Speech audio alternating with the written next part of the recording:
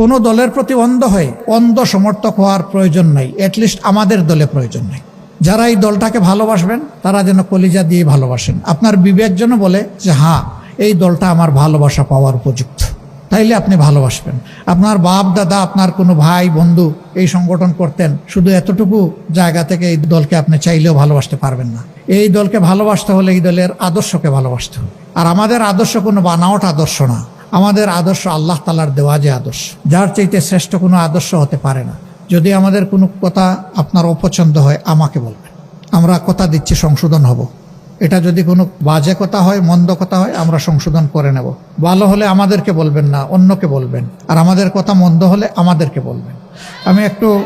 আমি একটু ক্ষমা চেয়ে নিচ্ছি, প্লিজ আমি একটু ক্ষমা চেয়ে নিচ্ছি।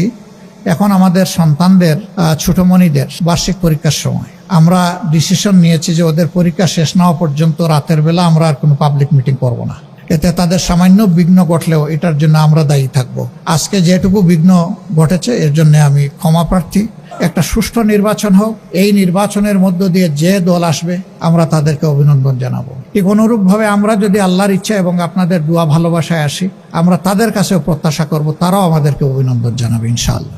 রাজনীতির সৌন্দর্য এইভাবে ফুটে উঠুক এবং আমাদের দেশ কল্যাণের রাজনীতির দিকে এগিয়ে যাক। অতীতের সমস্ত পচা দুর্গন্ধময় রাজনীতির কলুষিত ইতিহাস থেকে আমরা বেরিয়ে আসি। আল্লাহ তাআলা রাজনীতির একটা সোনালী ইতিহাস আগামী নির্বাচনের মধ্য দিয়ে জাতিকে রচনা করার তৌফিক দান করুন।